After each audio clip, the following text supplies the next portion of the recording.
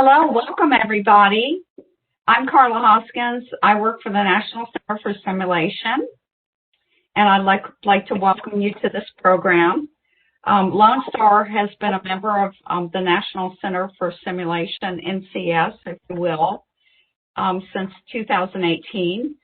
I'd like to recognize Roto Reuter for his referral to NCS.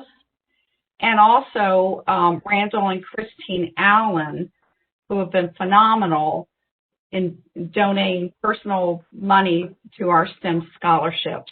So a shout out to them. So enjoy the program, and thank you for being with us. Good afternoon, everyone. Excuse me. My name is Lori Young, and my colleague James Rudlinger is here with me. And we're going to talk a little bit about how to measure return on investment for competitive intelligence. One of the hardest things to do in this arena is communicate the value of a CI program. And so we use the discussion of return on investment as one measure of financial value, but it's incredibly difficult to equate work done in competitive intelligence to a financial metric. So what we try to do is to understand the expectations our stakeholders have for a CI team. And so we look at things like time saving, cost avoidance, new business generation, mergers and acquisitions, and increased profit as ways to promote the value of this type of a program. So what we want to do today is we want to talk about how to define the value, what factors can be measured, and examples of way to measure value. So I'm Lori Young. I'm Director of Competitive Intelligence here at Lone Star. I've got a lot of years doing CI work. I'm also a member of the SCIP Board of Directors, the Dallas SCIP chapter, and our local NDIA chapter. James? So I'm James Rudlinger. I'm our Director of Price to Win here at Lone Star. And previously, I thought writing was going to be my passion up in the DC area. So I worked on quite a bit of stuff, the Center for Strategic and International Studies with their Defense Industrial Initiatives group. And then before that, worked with the House of Representatives and the House Armed Services Committee on specific legislation for acquisition reform efforts. But found my home here on the aerospace and defense side of things, working with contractors, and Price to Win happened to be where I fell in on the CI spectrum. And Ricardo Lopez, our Vice President, apologizes. He is at a funeral today, but he suggested a very good alternate. Yes. So this meme exemplifies the world of competitive intelligence analysts. There are multiple views of what we do on a daily basis. Friends think we're spies. Parents think we're chairman of the board and leading everyone in brilliant discussions. Society sees anything associated with intelligence as 007. Some bosses think all we do is create paper. And what we think we do is put puzzle pieces together and create a story. So typically, a competitive intelligence program, whether it's a one-man band or an established program, is used to support strategy, corporate development, to include mergers and acquisitions, operations, obviously sales, marketing, development, research and development. Competitive intelligence can help guide the direction your company goes, as well as supporting human resources. To explain these particular categories, within strategy, a CI program can help identify key growth markets, can help understand the positioning and the overall competitive landscape. You can work within the M&A activity to identify potential mergers or acquisitions and focus on what your competitors are doing so that you can be prepared for the impact of that. Within the operations area, you look at benchmarking and applied technology and understand processes better. Sales, you can help your company with pricing, targeting customers, and marketing strategies. R&D, you can help guide the level of spending, what it's spent on, and how to trade off the importance between certain technologies. And within a human resources area, competitive intelligence can focus on what your competitors doing, who are they hiring, what influences are they hiring, and where are they focusing. So this year, or this past year, has been incredibly different. Uncertain could be an understatement. And because of that, it's really been more important to justify the existence of a competitive intelligence program. Because during uncertainty, companies cut programs, they cut money, they cut overhead. And if you haven't promoted your value, you could be in danger. Or if a company is in the process of considering going into a competitive intelligence program, they may change their mind because of the uncertainty. So during COVID, it's been even more important to help your company understand the external environment, avoid blind spots, understanding competitor positioning, discriminators, advantages, disadvantages, understanding strategies, helping your company mitigate risks, identify hidden opportunities. There have been opportunities in this world of uncertainty. Reduce reaction time and help your company leverage the internal knowledge that they have. So when you're talking about communication and value and purpose, there are certain obstacles. And some of the obstacles are very, very clear, and others are more subtle. There's not always a clear direction on when to use a competitive intelligence team. Where does a CI team fit in the organization? I can tell you in my background, I was with an IT company and I was in a CI team that was moved 5 times in 5 years. So that's an issue. There's not always clear prioritization. And sometimes, again, like I said, there's opportunities to take away resources in the budgeting process. So in some situations, the opinion is you don't have to or you shouldn't have to quantify the value. And people see that being asked to measure the value or measure the ROI is a danger sign because someone doesn't understand the value of CI. And then there's the famous information is power that I'm going to keep to myself. That's my least favorite. And so some of the ways that we get down to is, right, a lot of the time it's hard to quantify what CI can bring to the table, whether that's external or internal to the organization. And so we need to show the value from a quantitative perspective to the key stakeholders that will help ensure the CI team capability and everything is there in the organization. So we're just going to kind of walk through a couple of ways of what to measure and how to measure those aspects in order to quantify the value to either the key stakeholders, leadership, or decision makers who are involved in promoting the CI functions inside the organization. So, right, classic definition of return on investment that we'll be focusing on is what is the gain from your investment over the cost of the investment. And so with CI, right, sometimes it can be difficult to determine what exactly is the cost of that investment when it's an internal team. When you're working with an external contractor, sometimes it's easy to know, hey, here's what the PO said. I know the value. Did they translate that value into my program of effort, right? And you can see where those cost savings came in, increases your probability of win, or helps you identify customers you may not be looking at or access new markets. Internally, we can see that maybe this takes a little bit more effort to get to a true ROI calculation to bring forward to those key decision makers. So some of these could be looking at the cost of investment on a CI program, right? So if you think about that standpoint, setting up an internal team, what you're looking at is really, one, the people providing the service as well as the tools to enable that team.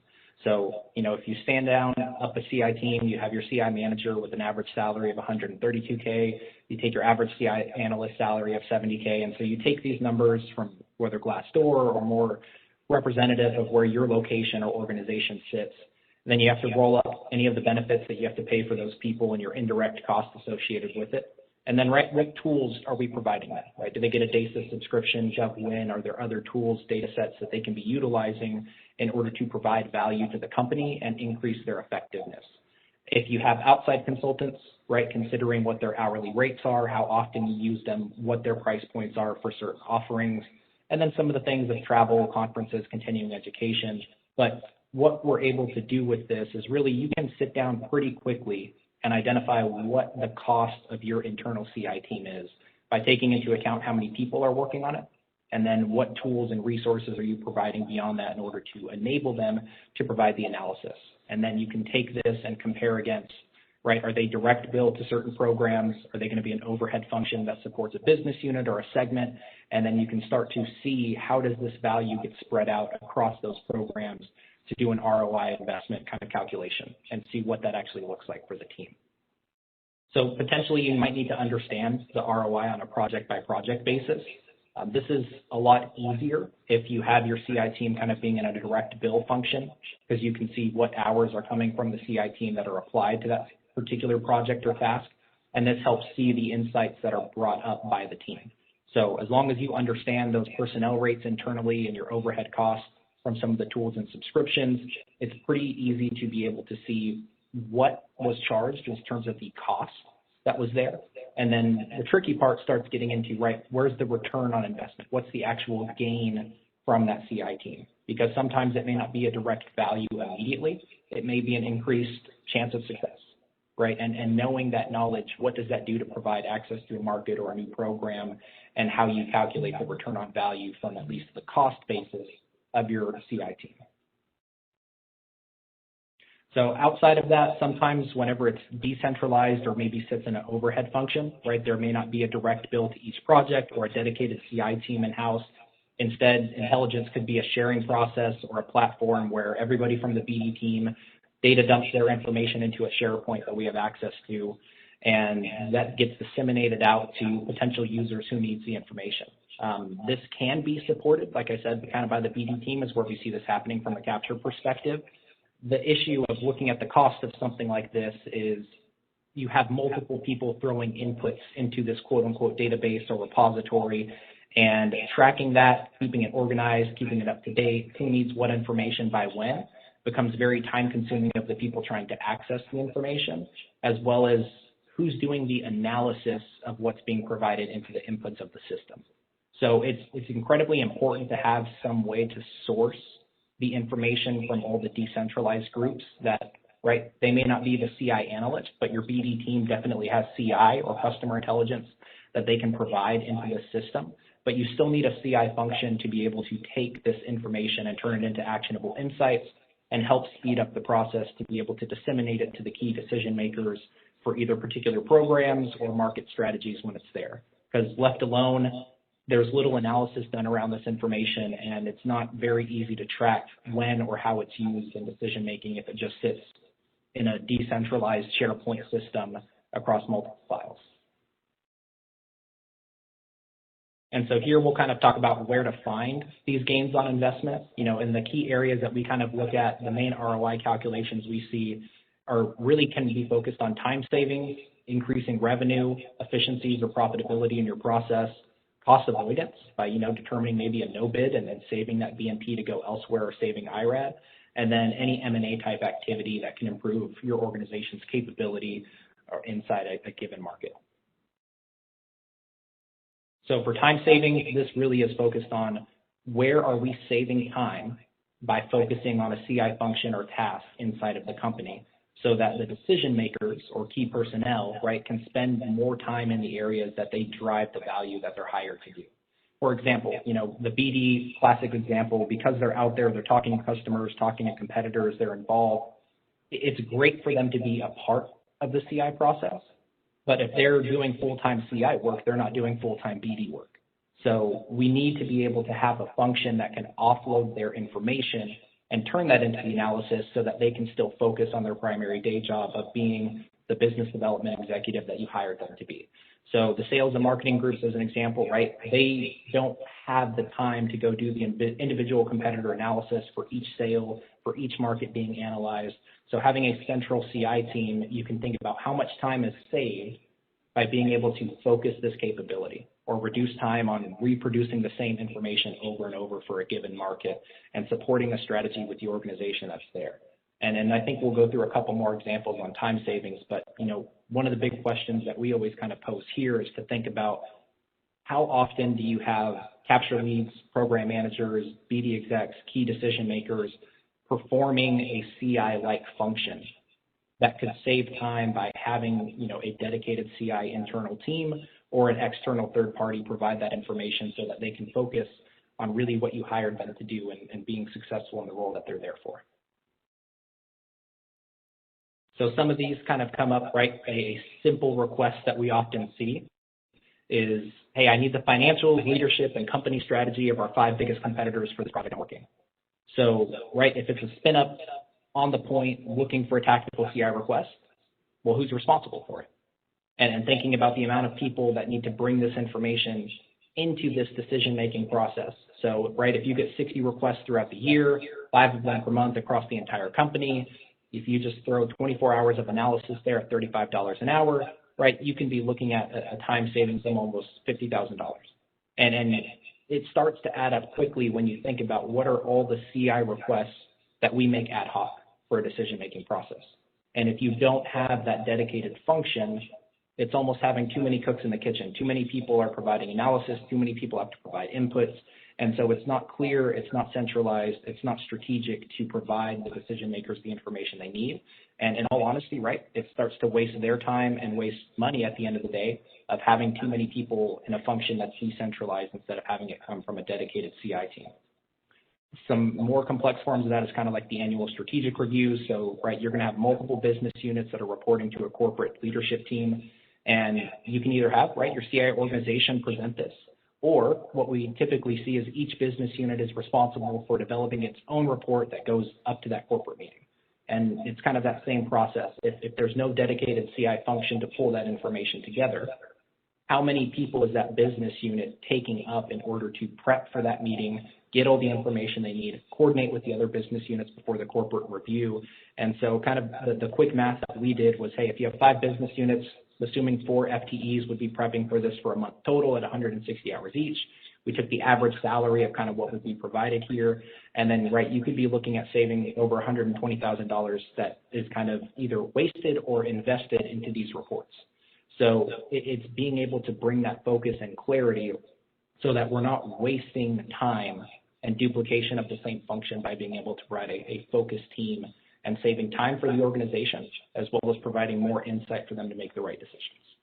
And by the way, prep for a strategic review is almost never just a month. And so for cost avoidance, another one, this is what we see as really important and can sometimes come down to a no bid. If you have competitive intelligence early on that can help you indicate whether it's a customer preference, a customer bias, maybe there's key requirements coming out that you may or may not be able to meet, you can really eliminate spending of what was previously planned. So even like from the Lone Star perspective, sometimes we recommend a no bid early on. And then we will say, hey, let's stop the billing payments, right? We don't think you should be going after this. Save your BNP money, save your IRAD, and go spend it on a pursuit that you have a high success of winning.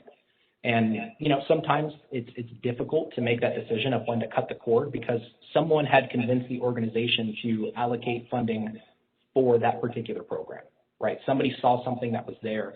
But what CI does is help refocus and say, hey, once you learn the information that maybe this isn't your best swim lane in a market or maybe for a very specific opportunity, where can we reallocate those funds before we kind of get into, sinking them into an unending hole of money that we just lose at the end of the day. So CI can really help provide that really cost avoidance of providing funds where you need them and reallocating them early on instead of wasting money on an opportunity that's a low probability of win, and instead investing in critical technology in a swim lane that you guys have a high chance of success. Also, here competitive intelligence can help you determine whether another competitor has shaped the competition to create barriers to entry. and you can then make another smart decision for yourself. Another way that we see it is increased revenue. So primarily, whether this is from market studies, customer assessments, looking at new market penetration, one of the focuses from a CI perspective that's really easy to calculate return on investment is how have they increased sales and revenues from new or existing business lines. And so, right, new business generation, this can lead to new markets or opportunities in existing markets. So maybe looking for opportunities that you didn't know were there, understanding where the technology trends are going, understanding where those competitors are positioned and what programs they're going after. So instead of being reactive in a market, you can be proactive and start to take steps to counter what a competitor's strategy would be, or to shape the customer towards a solution that you've been developing and hopefully increase your success in a market. And so that new business generation, we think, is a critical function to really promote the CI perspective. If you think that you have a market, right, what are the unknowns, what could be happening? And even something we've seen, we talked about COVID and the uncertainty there. Some of the CI questions that we've seen lately, even on standard government programs, are what if people leverage work from home to reduce their overhead costs, right? When you're thinking about a wrap rate that somebody can put into a cost profile, even on government site, what if they can propose to the government that work from home option is a better, status for them? You reduce your overhead costs. And that's something that, really COVID kind of pushed to the forefront with a lot of almost everyone working from home for some time period outside of those offices. So that CI helps answer questions such as that could be unique strategies brought up in times of uncertainty. And outside of that, we always like our favorite term of incumbentitis, right? So if you have your maintaining your existing business, as an incumbent, that can put you in a really good spot or a really bad spot, depending on what's there. And so from our perspective, we've seen as an incumbent, it's even more important to ensure that your customer relationship isn't biased from your direct access to that customer, right? Are there things that are being said around the organization from other competitors that have been either diminishing kind of your status? Is there anything from the customer that we're seeing in terms of the requirements, what's changing in market share, that they could be looking for someone new and really looking to displace you as maybe an incumbent on a critical program or an incumbent inside of a key market space? So competitive intelligence can really help hone in and focus on making sure as an incumbent or as a market leader, we're not missing what's happening, who's coming up, and maybe, every now and again, every customer relationship has some good and bad to it. How are we making sure we address the things that maybe the customer isn't happy with in the appropriate way? And competitive intelligence can help give that unbiased perspective to go back to the capture team and the decision makers. For M&As, this is something that we've seen, right, with some of the M&A activity. Competitive intelligence can provide the M&A landscape. So really identifying the companies that would be a strategic fit for M&A type activities, understanding competitors' M&A targets and how that folds into a company strategy, especially during this time, right? We see that a lot of mergers and acquisitions are happening because of the cost of capital and what they're able to do. And so we're seeing a lot of companies get folded into the big primes. And so understanding that direction of the primes, where things are shaping up, can help better inform the future path for a given market, as well as maybe where you need to position yourself for your own M&A type activity if the company has the ability to do so. So this will help you understand the future that some of the primes are headed in terms of what capability they will buy and fold into the company that maybe they don't have today, as well as this helps you understand kind of the analysis of what happens after those mergers and acquisitions. Right? Are they bringing the company in and they're going to operate as a subsidiary, or are they going to be fully brought in, branded as, Northrop Grumman, Lockheed Martin, and operate as one whole company? And how does that change their competitive position on maybe critical programs that your organization was looking towards? One other piece of that is to understand the uncertainty and the business churn during a big merger to help our competitors understand that could provide an advantage for the competitors that are not immersed in mergers. And then efficiencies and profitability, this is important because how can we increase efficiency or reduction of cost? So we talked about some of the time savings, and this is where giving clear focus to a dedicated CI function or team is what helps reduce the time savings from your individual business units, from your BD teams and capture teams who are providing functions that could be provided by a dedicated focused CI team. And so we could see this, whether these are finding new suppliers from a CI perspective, removing steps in your production process, elimination of material, equipment, or personnel by focusing on CI and then focusing on how other companies are being able to either produce a product or provide a service in a more efficient way. Other ways that this can help is really the CI team bringing in any type of information that helps change your production process, focus on capital expenditures, and maybe reductions in needed travel that can be there as well. The other thing, especially in the defense world, is having a good understanding of the impact of 3D printing, digital engineering, artificial intelligence, how that impacts the competitive field, and the technology development will really help competitors understand their positioning. So, thank you, James. So, how do we communicate this value?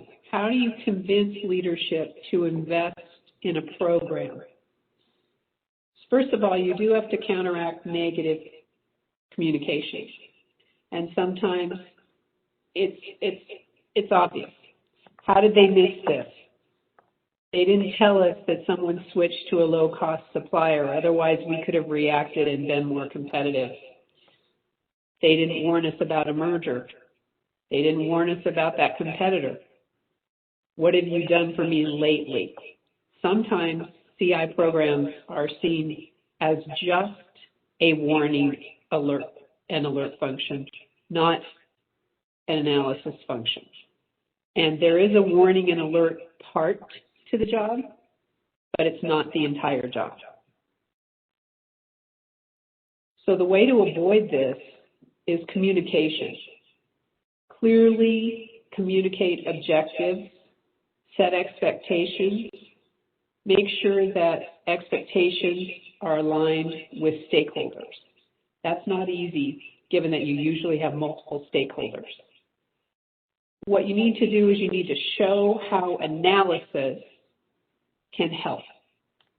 You don't wait for negative information. You show them where you've succeeded. We use customer satisfaction surveys. That's a tool to make sure we are in alignment with our objectives and with the clients that we support. And the key thing is to develop relationships with leadership and have a CI champion. There's also they didn't listen. Well, they didn't listen. The CI team, we gave you a brilliant recommendation, and you didn't take it, and you lost. That's not an excuse to not be providing the highest value possible. Part of the blame for this does lay on the CIA team for not influencing the decision in the right direction. Did they not believe the message? Was it not conveyed clearly? Was it not conveyed to the right person? Those are all things that are impacting this. Yeah, and I think here too, Lori, this is where we see it's easy for some of the internal practitioners, and even from a price to win standpoint, we see it a lot where, hey, I got the number right in the analysis, right? My number was spot on. You, the capture team, lost the program. So don't come looking at me because our analysis was good. And right, our perspective of a good CI function is not to point fingers, not to say where that blame is, because, hey, you got the number right. We still lost the program as a company, and you still wear the same badge as the company. And so this perspective should be focused on how do we enable winning decisions for the team. And it's not just good enough for a CI analyst to find good information. It's not just good enough for a price to win analyst to get the right number. It's really the perspective of how do you influence and shape the team to making a winning decision, because the perspective should be, right, lose as a team and win as a team. And it's really easy to start getting defensive, even from a CI perspective, right, of, well, again, the number's right, you guys missed up the bid. But that's not the working way to, one, justify the CI team, right, because you want to build those stakeholders and build the relationships. And if the number was right, the reflection should almost be putting up a mirror to the CI team and saying, if you had that information, kind of like Lori just mentioned, how did you not influence the team correctly or take that into account? And right, there's a lot of levels that can go into that, but it's critically important to make sure that in an after-action review, the defensiveness from both parties is really just focused on how could we have learned from this? If we had the right information, where in the decision-making process could we improve to make sure that it's considered properly instead of the classic pointing fingers, well, it's not my fault. And so, I think promoting that culture is highly important for the benefit and for the capture team to see the value of what CI can provide to them. So the whole Not My Fault program, so reasons for not listening, didn't understand, don't believe, don't have the authority. Some of those issues are differing expectations, little to no experience with CI, not to know what you can get from a CI team. No champion helping support the program. And lack of clarity within the company. CI people are used by non-influential people who are tasking them with little tasks that really don't make a big difference to the business. So how do you combat this? First of all, it's education. What can you gain from CI analysis? It's alignment. Expectations aligned with your customers, with your clients. Again, like I said, we use customer satisfaction surveys to make sure that we continue to be aligned with our clients' goals. Always use lessons learned. We're consistently in a continuous improvement loop. Sorry. Always communicate the value. Having a champion helps that. The champion will help communicate the value. And when you're in a situation where you're trying to convince leadership that they need to do something, try to pre-grease it a little bit by getting some buy-in before you go in to the decision makers. Every single one of these stem from a communication problem, whether it's alignment, value, return on investment, lack of clarity. It's all goes to communication. In summary, the concept of return on investment is a relatively simple way to show the value. But as we've said multiple times, communication is the key. As we also talked about how important in times of uncertainty, it's even more important to communicate the value of your team. One of the things that we've learned is that your company cannot succeed in a vacuum. You have to be aware of your competition. You have to be aware of what they're doing, how they're interacting with your customers in order to make good decisions for yourself. Especially with potentially upcoming budget cuts in the defense market, it's even more important to understand the competitive field. It's also incredibly important to have a program that can provide unbiased viewpoint. Whether you work with an internal team or hire an external consultant, you need that unbiased view that will prevent you from drinking your own Kool-Aid. I think one of the key things there, too, that we've talked about is, external support is good in a pinch. If maybe you don't have a CI function set up internally, it can definitely help bridge a gap. But we have found, too, working with clients that have internal CI functions is even better so that you can have two different sources of information. An internal team is always going to have access to information that an external team doesn't. And the best working relationships that we've seen is when you can have a combination of both. And so, yes, hey, if you don't have the CI function or maybe something dedicated to a capture, certainly getting an external perspective is good, but looking towards getting a hybrid of having the internal direct support to being able to leverage the information that you have as, a provider in that market space and being able to blend that with a third-party perspective to kind of get an unbiased touch point is where we've seen is you get the highest value and highest return on investment from CI. So working together to set up that internal function really is kind of the best of breed that we've seen as we move forward in kind of the world of CI and competitive intelligence here. And to Lori's point, right, the better you can understand your customer in the competitive field, the more you're able to enable winning business decisions. And so when you think about the ROI perspective, there's some really easy ways to be able to show the value, whether that's saving money and being able to invest that in other programs, whether that's increasing your chance to win, opening new markets, identifying merge and acquisition type activities. Each of these things can play a critical role inside the organization to justify that standpoint from an ROI perspective. Thank you for your time.